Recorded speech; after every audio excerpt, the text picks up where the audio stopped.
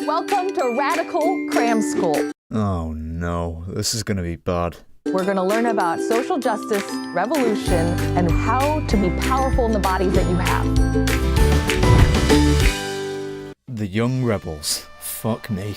Hello, my young comrades. You might as well have said my fellow commies. I think it's important to just disclaim that this isn't actually real. This isn't a real school. Thank fuck.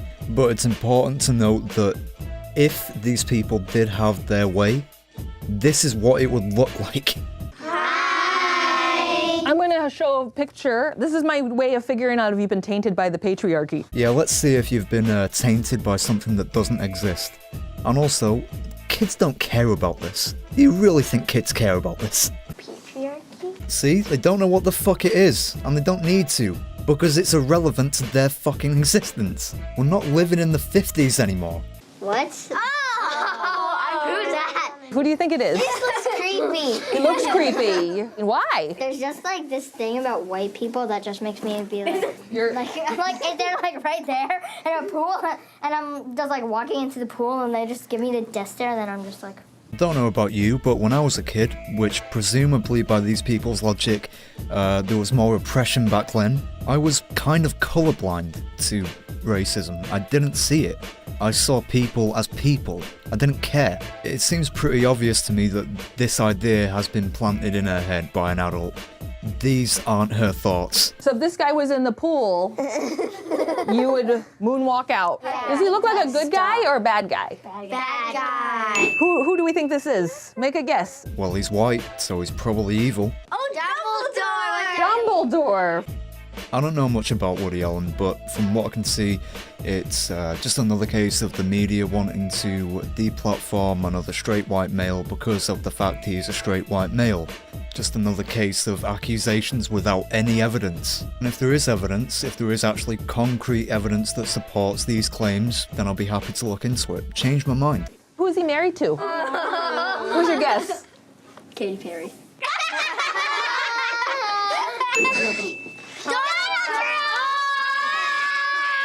Well, that was inevitable. I'm sure that their opinion won't be skewed or anything. For the record, I don't really like Trump, but I don't think he's the devil incarnate, like these people seem to believe. It's Donald Duck. What do we know about him? What do we know about him? He's bad. Unfortunately, the president. I want to fire him. I want to build a wall. Of course, they only know the bad things about Trump. They don't know that unemployment in America has gone down. They don't know that the economy's grown faster than it ever has in 4 years. These are the same group of people who claim that he's sleeping with the Russians, when really he's been quite hard on the Russian government during his time in office. And the list goes on, but no, orange man bad. How do we feel about this wall? It is blocking opportunity for people that don't live in America to come here for a better opportunity. So is everybody just entitled to live in America because they might be downtrodden or in poverty? It's awful. Nobody deserves to be poor, but you don't deserve the luxuries of a country that you weren't born in unless you actually work for it, unless you actually contribute to that society. You're not entitled to that. You can just tell that these aren't these kids' thoughts. Like, I've said it before and I'll say it again. You can talk about politics, you can voice your opinion, just don't enforce your ideology onto kids. Because kids are very impressionable. They will absorb this shit like a sponge. Kids are dumb. They believe in Santa. They believe in the tooth fairy. They're not going to question what you say. Let them think independently and stop trying to push your ideology down the throat. Either that or give fair representations between both sides of the argument. But even then, kids aren't really that into politics. And we all came at some point from some other place. My dad came here and my mom came here too. They came here from where? Cambodia. Oh, wow. What do you think they think that they came from all the way to Cambodia and this is what they get to look at on the TV screen all the time? Completely disregarding the idea that her parents could have voted for Trump.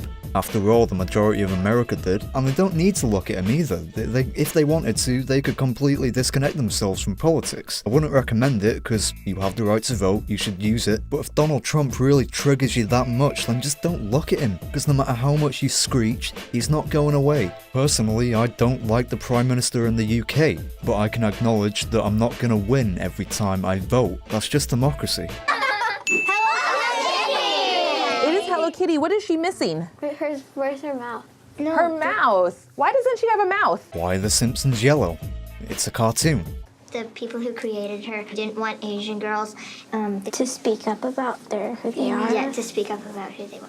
Never mind, apparently it's racist. And it's not like an Asian person designed that character or anything. Very profound, very profound. Very profound what I told this kid to say. Yes, I am so profound.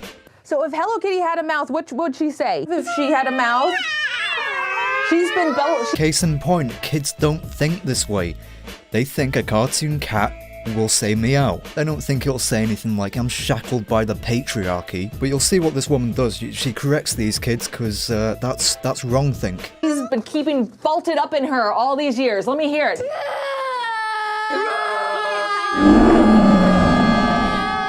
Alyssa, what are you gonna say? I love you. Oh. Well, there is one positive to this video. It's making me look forward to the sweet release of death. I want to die. This video has decreased my life expectancy. If you can call that a positive. I know these kind of people would hope that I die sooner, so they would see it as a positive. Fuck it, let's watch another. Hello, my sisters. Hi. Words are very powerful. Words are only as powerful as we perceive them. In my eyes, the more we censor things, the more power we give them. If you say a word over and over again, it'll lose its meaning eventually. If I was swearing and using profanity between every sentence, then it would lose its punch, it would lose the impact. But by using swear words sparingly, it hits harder when I do use them. Oh yeah, so I'm gonna show you some words. Yes. And you're gonna tell me what you think it means. What is this? Misogyny. Misogyny. What do we think it is? Oh, I know this one. This is that thing that I get accused of all the time. You don't think they'll have misandry in there, will they? You know, hatred for men. It's not like that doesn't exist anywhere. You're fucking a white male! The fact of the matter is, one way or another, you will be criticised in your life, and it's your choice whether you want to equate that criticism to what's between your legs, or accept it and take it constructively. Massage? The misogyny parlor? That could be a thing. So misogyny is the hatred of women. Is that weird?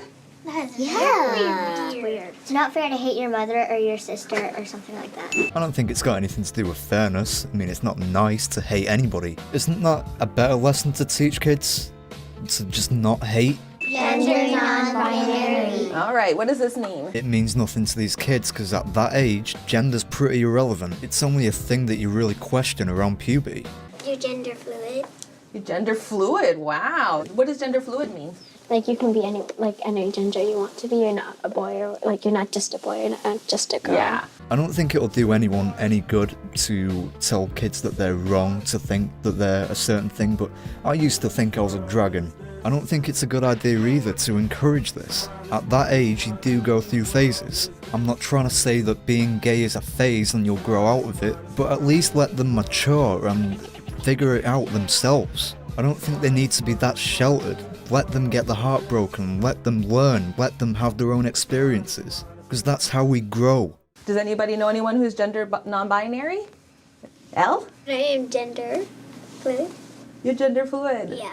That's a wonderful thing. Forgive me for thinking that there's only two genders, although there is a spectrum of sexuality that's a completely different animal.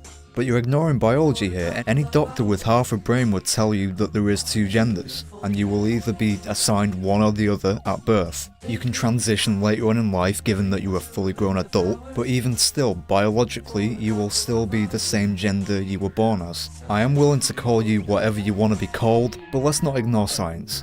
Thank you for sharing that. So when people talk about genders only being two things, you go, no, there's actually gender non-binary. It's a thing. It's a thing. What is this word? I think it's like when you're hurting someone, like press. If you're like making a sandwich and then you just press things. Like a panini? Yeah.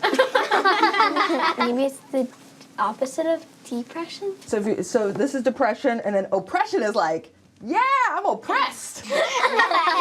So oppression is things like racism, when rich people are being awful. And it's something that everybody experiences in life. It's not exclusive to one race or one gender or one sexuality. Instead of acting like certain people get it worse than others, how about we Just see it as a level playing field. We're all people here. The world's never gonna be 100% sunshine and rainbows everywhere you go, no matter where you're from. And just because I'm a white straight male doesn't mean my pain or my oppression is any less valid than yours. Well, this is maybe the most hidden kind of racism that there is. It's so hard to see and so hard to actually point out and find because it doesn't exist in the Western world. Instead of teaching girls that they're always going to be inferior to men, how about you teach them that they're equal? Isn't that what feminism is about? Or at least used to be about? Our identities have intersections. Yeah, you're speaking in half-truths here. Intersectionality is the idea that certain minorities are always going to be oppressed and under the thumb of society. Instead of just believing that everybody's equal, they attribute everything negative to the patriarchy, to the government, to the people in power. Because it's not my fault I'm not succeeding in life, it's the man. Have you ever heard this term, it's a man's world? Yeah, it's a man's world apart from childcare services, healthcare services, education. There are certain professions that women do dominate in. Is that not worth celebrating? No, because you can never satisfy an intersectional feminist. Slowly annoying. One day it's too much and you're like, ah! Yeah, oh, Brooklyn. My cousin, she can be a little bossy. And one day I had enough and I said, I'm leaving. And I made her mad because everyone followed me. I don't even think by a feminist's definition of a microaggression that lines up, but let me give you my definition. A microaggression is something used to police the language of somebody who you disagree with. If you don't like what somebody's saying, microaggression. If you want to shut them down in debate, microaggression. Can't be asked to actually argue your side, you get the point. I feel like I was that girl when I was your age, but that's an aside.